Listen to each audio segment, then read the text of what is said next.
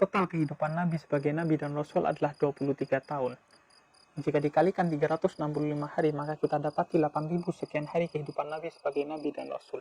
Sedangkan yang digunakan untuk berperang hanya 80 sekian hari. Artinya, hanya 1% dari kehidupan Nabi yang digunakan untuk berperang. Sisanya, 99% kehidupan Nabi digunakan untuk dua misi. Yang pertama, menebar rahmat, dan yang kedua, menyebarkan akhlak. Dikatakan dalam Al-Quran surat Al-Anbiya ayat 107, Bismillahirrahmanirrahim, wa ma arsalnaka illa rahmatan lil alamin, dan kami tidak mengutus engkau wahai Muhammad kecuali untuk menjadi rahmat bagi semesta alam. Bagi semesta alam, tidak khusus untuk umat Islam.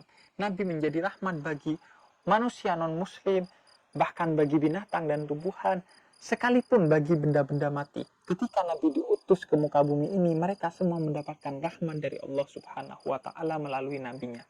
Dan yang kedua dikatakan dalam hadis Nabi, innama bu'istu liutammima makarimal akhlak. Sesungguhnya aku diutus untuk menyempurnakan akhlak, bukan mengganti akhlak atau membawa akhlak yang baru, tapi menyempurnakan. Artinya akhlak-akhlak yang baik di masa sebelum Nabi, Nabi pertahankan dan lestarikan.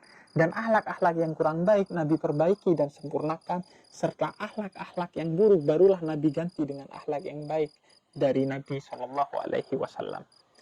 Sedangkan jika kita membaca buku-buku sejarah Islam, serta kita mengamati pengajaran-pengajaran di lembaga-lembaga pendidikan Islam tentang Islam itu sendiri maupun sosok Nabi Muhammad, kita dapati sebagian dari mereka justru berfokus kepada yang 1%.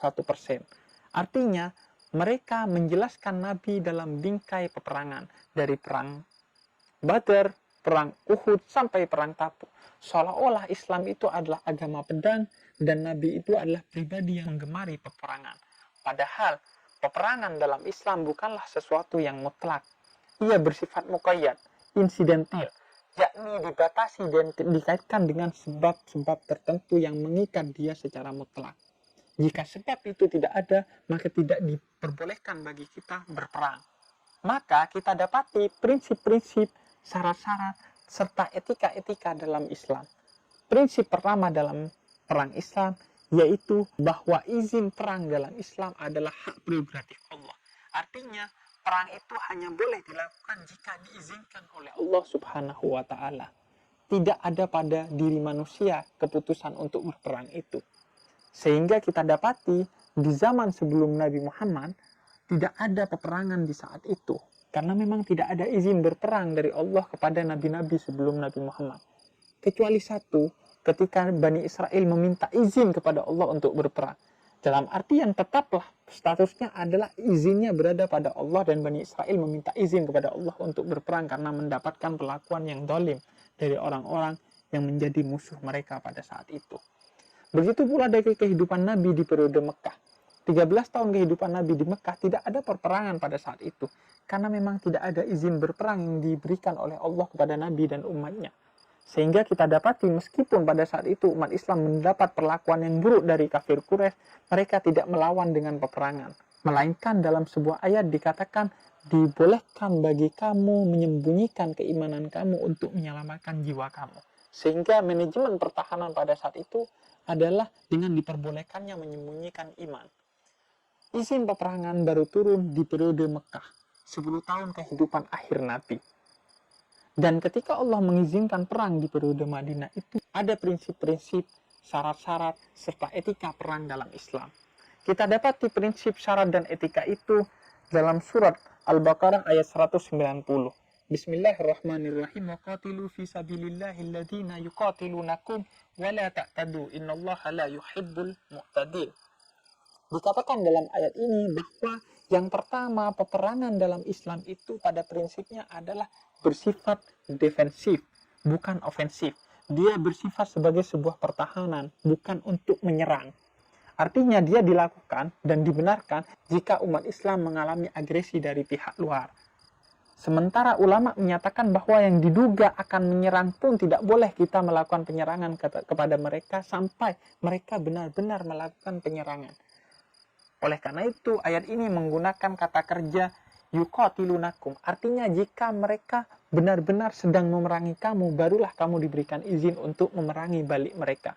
Dan batasannya dikatakan dalam surat Al-Baqarah ayat 193, sampai mereka berhenti memerangi kamu. Jika mereka sudah berhenti dan tidak lagi memerangi kamu, maka kamu juga harus berdamai dengan mereka. Kemudian yang kedua dikatakan dalam ayat ini bahwa yang menjadi prinsip perang dalam Islam adalah perang itu harus dilakukan di jalan Allah. Artinya ia bukanlah kehendak dari kita, bukanlah upaya untuk menebarkan permusuhan, bukanlah upaya untuk menumpahkan kemarahan yang bersumber dari nafsu kemanusiaan kita. Dikisahkan bahwa Sayyidina Ali pernah menunda hempasan pedangnya kepada Amr bin Abdiwud yang menjadi musuhnya di suatu peperangan karena Amr bin Abdiwud itu meludahi Sayyidina Ali. Kemudian dipertanyakan oleh sahabat-sahabatnya setelah peperangan, wahai Ali, kenapa engkau justru menghentikan hempasan pedangmu ketika Amr bin Abdiwud meludahimu? Kemudian Sayyidina Ali mengatakan, karena aku ingin hempasan pedang ini bukan karena nafsu dan amarahku, melainkan karena ingin mendapatkan keridhaan Allah Subhanahu wa Ta'ala. Itulah prinsip kedua peperangan dalam Islam. Dan yang ketiga dikatakan dalam ayat ini bahwa janganlah berlebihan dalam peperangan. Artinya, peperangan itu harus proporsional. Sehingga kita dapati etika-etika perang dalam Islam.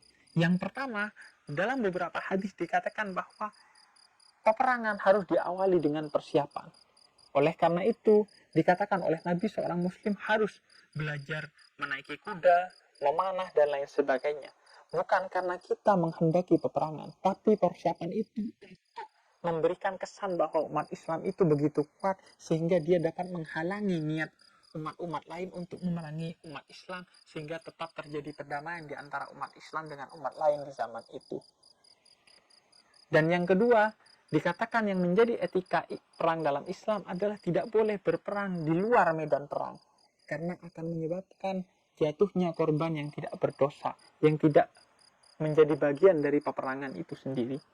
Di antara etika perang dalam Islam yang lain adalah tidak boleh membunuh kalangan wanita, anak-anak, tumbuh-tumbuhan, dan binatang. Ada etika kemanusiaan, ada etika lingkungan di sana.